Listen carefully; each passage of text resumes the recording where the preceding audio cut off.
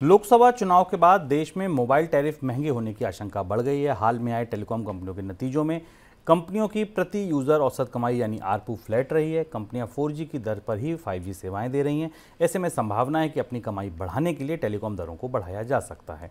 दूसरी तरफ एफपीओ के बाद टेलीकॉम कंपनी वोडाफोन आइडिया पर भी कमाई बढ़ाने का दबाव है। ऐसे में उसकी तरफ से टेलीकॉम दरों में बढ़ोतरी हो सकती है। सर, कौन कितने टैरिफ बढ़ा सकता है? टेलीकॉम दरों में बढ़ोतरी की पर चर्चा पिछले साल से चल रही थी। ऐसा माना जा रहा था कि चुनाव के दौरान की में कोई बढ़ोतरी नहीं होगी, लेकिन इसके बाद अब इसकी तैयारी शुरू हो गई है।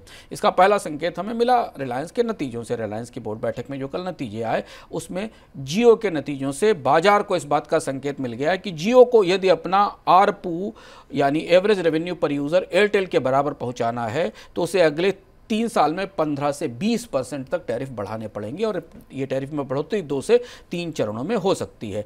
जियो का आरपू 2027 तक 235 रुपये पर पहुंचना चाहिए और इसके लिए इसे टैरिफ हाइक में या दरों में बढ़ोतरी करने की ज़रूरत होगी। एयरटेल का आरपू अब करीब अगले 3 सालों में 286 रुपये के आसपास पहुंचने की संभावना है। अब यहाँ से जियो जो आमतौर पर थोड़ी कंजर्वेटिव थी टैरिफ बढ़ाने में और प्रतिस्पर्धात्मक रूप से सस्ती सेवाएं देकर बाजार में आई थी, उस पर अब अपनी परफॉर्मेंस को बेहतर करने का दबाव है।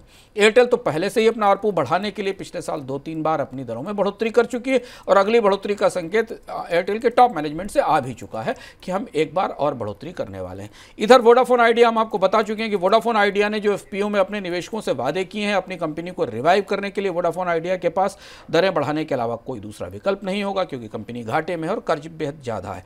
सबसे ज़्यादा जो टैरिफ बढ़ने की संभावना बनती दिख रही है वो 5G सर्विसेज में दिख रही है। 5G सर्विसेज को लॉन्च हुए अब 2 से 3 साल बीत चुके हैं। कंपनियों के भीतरी नतीजे जो बता रहे हैं आंकड़े, उनसे पता चल रहा है कि 5G सर्विस में कंपनियों को नुकसान हो रहा है। अब उन्होंने जितनी लागत इसमें स्पेक्ट्रम खरीदने में, नेटवर्क में बनाने में लगाई थी, उस पर उनका रिटर्न बेहतर नहीं है। इसलिए अपनी पीठ मजबूत कर लीजिए। चुनाव खत्म होने के बाद 5G सर्विसेज की दरें बढ़ेंगी और तीनों कंपनियां, वोडाफोन 5G देने वाली दोनों कंपनियां जियो, एयरटेल और अन्य सर्विस देने वाली वोडाफोन क्रमशः दरों में बढ़ोतरी कर सकती हैं।